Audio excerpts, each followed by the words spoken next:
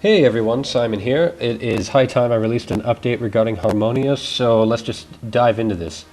The focus for development in the last, I don't know, 2 or 3 months or whatever, since all the Kickstarter shenanigans are all done and over with, the focus has been to take everything that is in the game and polish it up and get it working, because I don't want anything to feel half complete, because you play it and then it feels half done. Everything should feel really polished before this is released into any kind of public anything.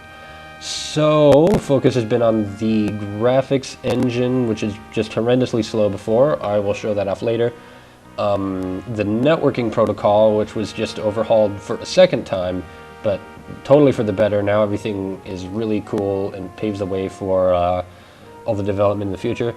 And the UI is a lot sleeker and a lot nicer. So let's just show that off now. So as you can see, we have our new login screen. Ain't it grand? If you resize the window, everything repositions itself because it's cool like that.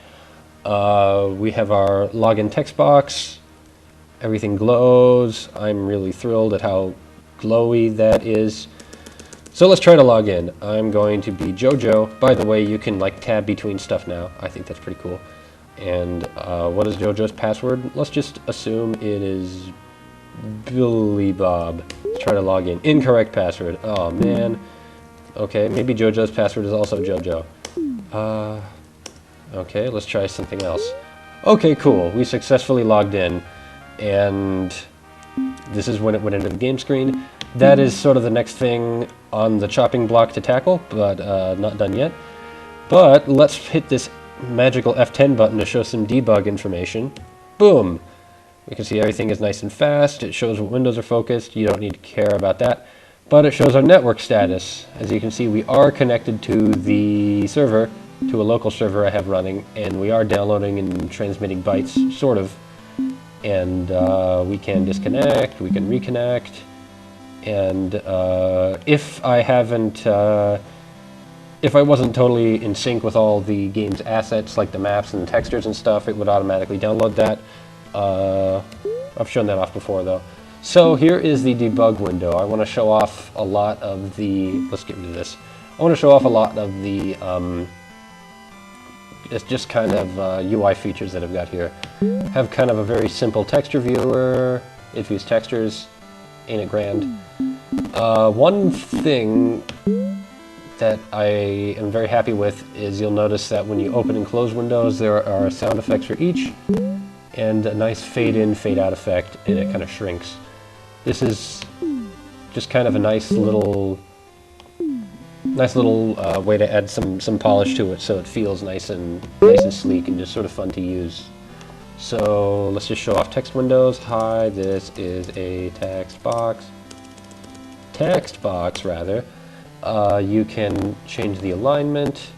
Blah, blah, blah, blah, blah, blah, blah. This one is justified. And okay, so let's get rid of that. Alignment, not too exciting, but this is kind of cool because it's all handled on like a very high level, so I can go and add new like windows that have new controls and fancy stuff really easily. Plus, like everything all this UI stuff is designed independently from Harmonia itself. So if I want to make another game, I can take all of this UI stuff and then just quickly build a game from it. So that's pretty cool. Toggle scale to X. It's not too exciting, but it does what it's supposed to do. So okay, that's some boring UI stuff. Now let's get into the actual game stuff. So let's create a window slowly but surely.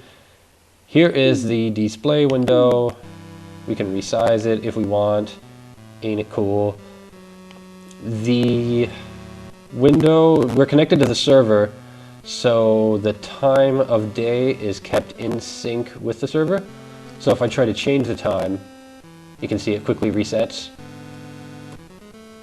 If we weren't connected, then we would be able to change it independently. As a matter of fact, let's just disconnect so we can do that. And hide that. Oh, oops, it automatically reconnects. Derp, so bogus host. Okay, cool. Now it shouldn't be reconnecting at all. Alright, sunrise, sunset, everything looks nice and pretty. So a lot of the lighting effects were enhanced, so it looks slightly more realistic and is just better all around. It is way, way, way faster before, which I can't really show off because A, I'm recording, and B, I have a really awful integrated graphics card on my poor laptop, which is literally falling apart at this point. But everything is much faster because I'm doing everything the right way instead of the horribly, horribly super slow and dumb way. So if we were to expand our view range out, again, this is a lot faster when I'm not recording, but it is possible. Before, this was totally impossible on my little card. I think it's about 3 times as fast when I'm not recording. When it's not picking tiles, it is significantly faster as well. So you can see our frame rate. 6, 7 frames a second isn't that great, but the good news is you never actually are looking, you're never actually playing with that much of a view distance. Okay, the other thing that is new is that you'll notice that nice metallic look that was on all of the mountains and whatever is gone. Everything is now rendered nice and smoothly. Once again, I can't believe I wasn't doing that before, but now it is, so now we are, so all is good. Speed enhancements, blah, blah, blah. Okay, so you'll notice I'm Link over here. Why am I Link? This is just so I can test a lot of the color stuff and have a sprite that actually looks good. So you will notice that he has some pretty bogus colors. I've demonstrated this before, but might as well go through it again.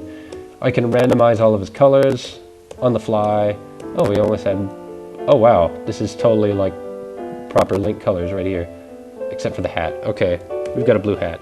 So we have a nice new color window here that we can use to both view and adjust Link's colors. I'm modifying the skin to turn him into a goblin.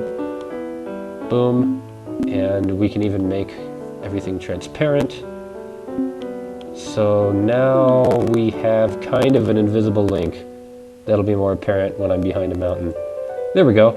Invisible Link. Da, da, da, da, da, da, da. Okay, so that's fun. Let's just get rid of that.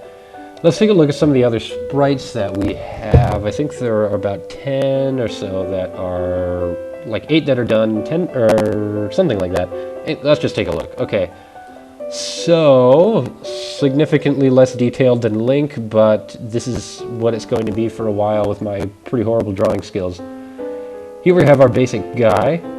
He has 8 directions that he faces, and 8 different walking cycles. Here we have a centaur version. I'm pretty proud of the horse animation here. I'm going to get my mouse out of the way so it's not... Actually, I can just disable the grid. Boom. Okay. Now we have a happy slime. I've started designing some monsters, but I haven't gotten so far, so pretty simple. He just bounces up and down and is happy all the time. Even when you whack him with a gigantic axe, he just keeps on smiling. Some work in progress monsters. We have some kind of water spider thing, gooey monster thingy, and an owl bat, which is, you know, a combination of owl and bat, and a mystery sprite. So let's take a look at our character sprites. Here we have the wizard, the warrior, the soldier, which has this nice kind of Steven Seagal ponytail thing going on. And now he has strawberry hair. Perfect. He has a nice cape that flutters around when he walks. We have the priest. At the moment, there are only male sprites. Not... Yeah, I mean, it just takes time to draw these.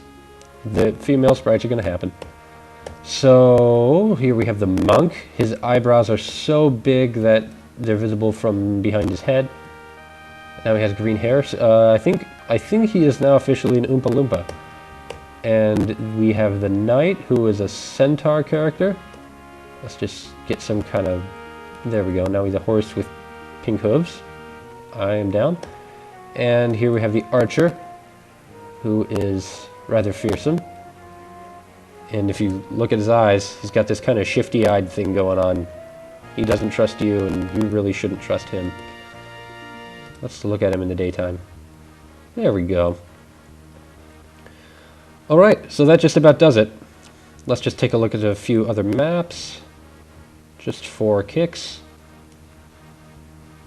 Here we have the snowy area, which I'm pretty proud of.